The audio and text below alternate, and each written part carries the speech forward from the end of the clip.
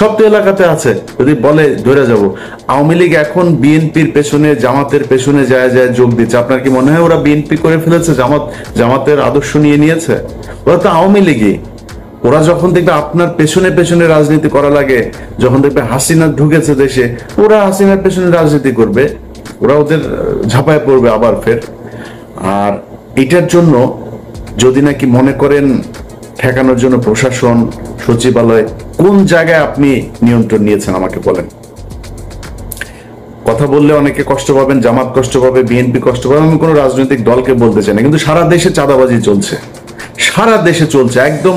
আমি আমারে তো মনে করেছেন যে আমি হয়তো আওয়ামী লীগের সময় আওয়ামী লীগের বিরুদ্ধে কথা বলেছি, বিএনপি জামাত যখন ক্ষমতায় আসবে তখন আমি তাদের পক্ষে কথা বলবো, এটা আমি পারবো না। আমি হয়তো চুপ থাকবো, কিন্তু পারবো না আপনার পক্ষে মিথ্যা কথা বলতে। সারা দেশে চাঁদাবাজি হচ্ছে, ব্যাপক চাঁদাবাজি হচ্ছে। এখন এই যে চাঁদাবাজি করছেন, কোত্থেকে করছেন আপনি চাঁদাবাজি? হাটে ঘাটে, ওই বাস স্ট্যান্ড, ওই গরুর বাজার, ওই হাওর বাওর, এই যে সব লিস্ট এগুলো নিয়ে আপনারা দখলে নিয়েছেন। দখলে নিয়ে কি করছেন? ওইখানে চাঁদাবাজি। গ্রামে এদিন শুনলাম একজনের মুরগি বিক্রি করতে এসছে, সেই মুরগির থেকে, মানে অনেক মুরগি আর কি, ফার্মের মুরগি, এক এক মুরগি থেকে সেখানে চাঁদা নেওয়া হচ্ছে। তো এই যে চাঁদা নিচ্ছেন, নিয়ে কি করছেন? একদম প্রান্তিক লেভেলের যে মানুষ আছে তাদের কাছে আপনি চাঁদাবাজ হিসেবে উপস্থাপিত হচ্ছেন। কিন্তু একটু চিন্তা করে দেখেন তো, প্রশাসনের, সচিবালয়ের, কোর্টের কোন জায়গায় দুই চারটা জায়গা বাদে কোন জায়গাটায় আপনার জামাত বা বিএনপির লোক আছে? আমার দেখান দুই চারটা জায়গার মধ্যে যে একটা ধাক্কা যদি শেখ হাসিনা দেয়, আওয়ামী লীগ দেয়, আপনি যে প্রশাসনের এই দিক থেকে যে সমর্থন পাবেন, সে সুযোগটা আছে আপনার? নাই। তো কি নিয়ে আপনি যুদ্ধ করবেন? অতএব ছাত্রদের, আমি মনে করি সেদিন আমার সাথে যাদের কথা হচ্ছে তাদেরকেও আমি একই কথা বলেছি, তারা বলছে যে আমরা আসলে অনেক কিছু চাইলেও পাচ্ছি না। তা আপনারা যদি পাচ্ছেন না, এটা কি মানুষ জানে? যেই হোক, মানে ছাত্রদের ভেতরে আমি কারণ নাম ধরছি না, যেই আমার সাথে যারই কথা হোক, যেই লেভেলেরই হোক, বলছে আমরা পাচ্ছি না।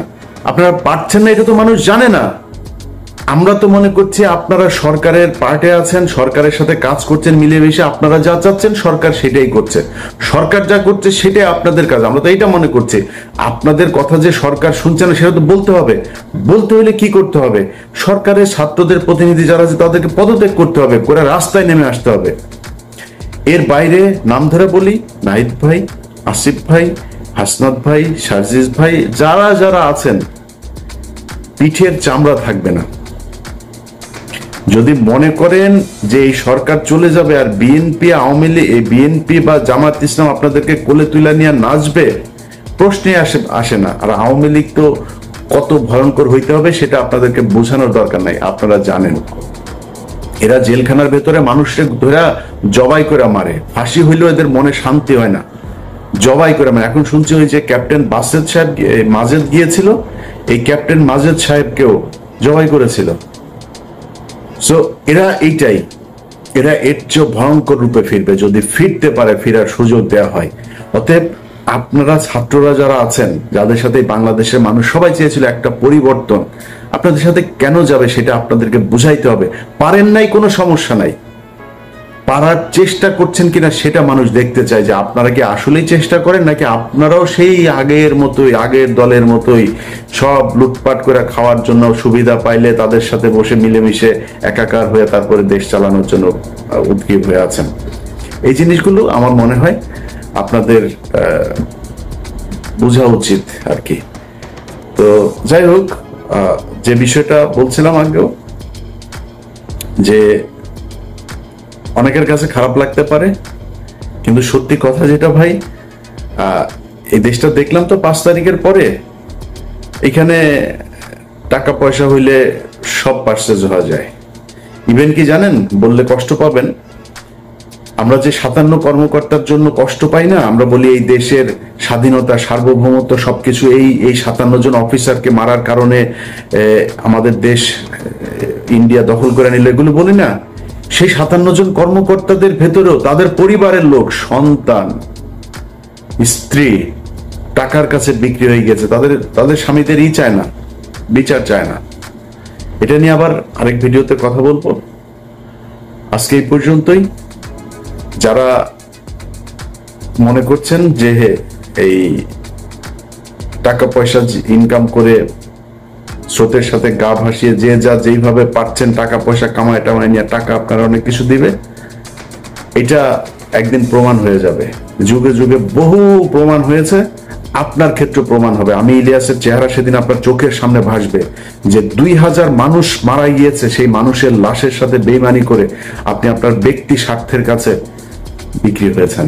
তো আসিফ নজরুল, তো এই যে এখন ধরেন মনে করছেন যে আপনারা ঠিক জায়গায় আছেন, যা মনে চাই তাই করছেন, আপনারা করে যাবেন, কোনো সমস্যা নেই, এটার বিচার একদিন হবে। এই হজ করতে গিয়ে যেমনটা দেখেছেন, এর চাইতে আরো ভয়ঙ্কর অপমান আপনাদের সামনে অপেক্ষা করছে।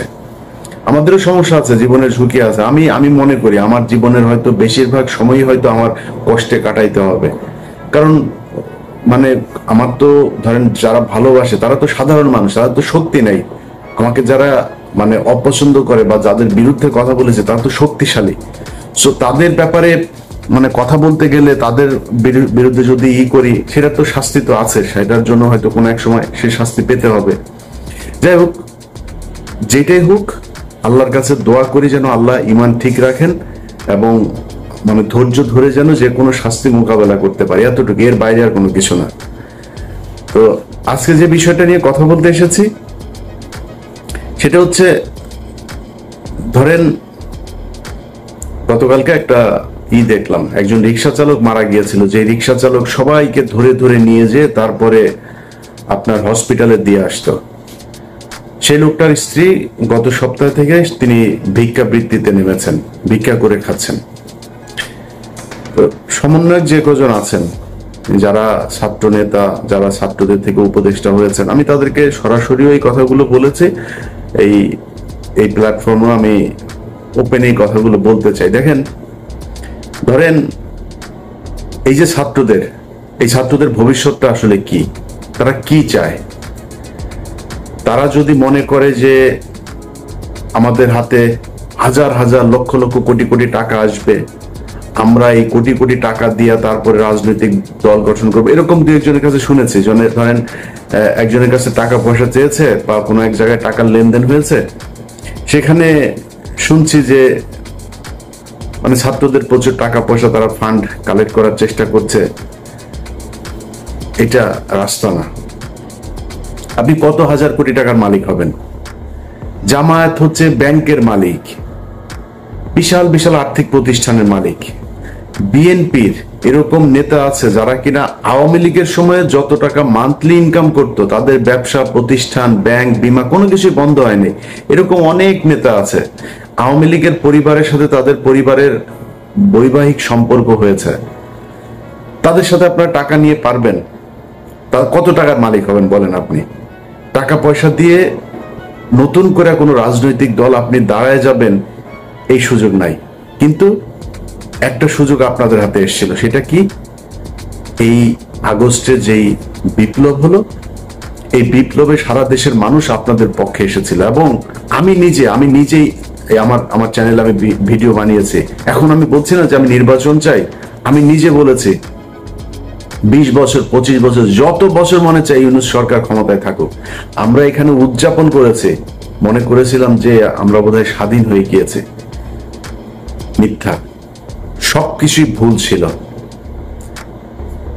এই স্বাধীনতার ঠিক আগের যে সময়টা ছিল, সেই সময় আপনাদের সাথে বাংলাদেশের মানুষ যেইভাবে এসেছিল, আপনারা তাদেরকে রাখতে পারেন নাই। কেন পারেন নাই? কয়েকটা মানে খুব বড় করে 2-3টা জিনিস বলি। দেখেন পরিবর্তনটা হয়েছে কোথায় আমাকে বলেন। আজকের যে বাংলাদেশ, এই বাংলাদেশের সাথে যদি আপনি শেখ হাসিনার বাংলাদেশকে মেলান, মানে কম্পেয়ার করেন, আচ্ছা কম্পেয়ার করলে ধরেন একটা সাধারণ মানুষকে যদি আপনি জিজ্ঞেস করেন তার যে জিনিসপত্রের দাম কিনে খেতে হয়, সেটা কি কমেছে? এটা সমস্যা না। একটা নতুন সরকারের জন্য ধরলাম 1 বছর 2 বছর তারা কষ্ট করবে, কোনো সমস্যা নাই, কষ্ট করুক। কিন্তু সেটার জন্য তো আপনার কিছু করতে হবে, তাই না?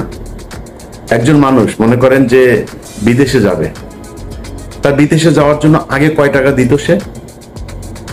আগে যদি নাকি মনে করেন সৌদি আরবে যেতে 7 লাখ টাকা, 6 লাখ টাকা, 5 লাখ টাকা দিত, তাহলে আগের সরকারের সমস্যা ছিল, দুর্নীতিগ্রস্ত ছিল, তারা বিভিন্নভাবে দালাল টালাল এইসব করে টাকা পয়সা করতো।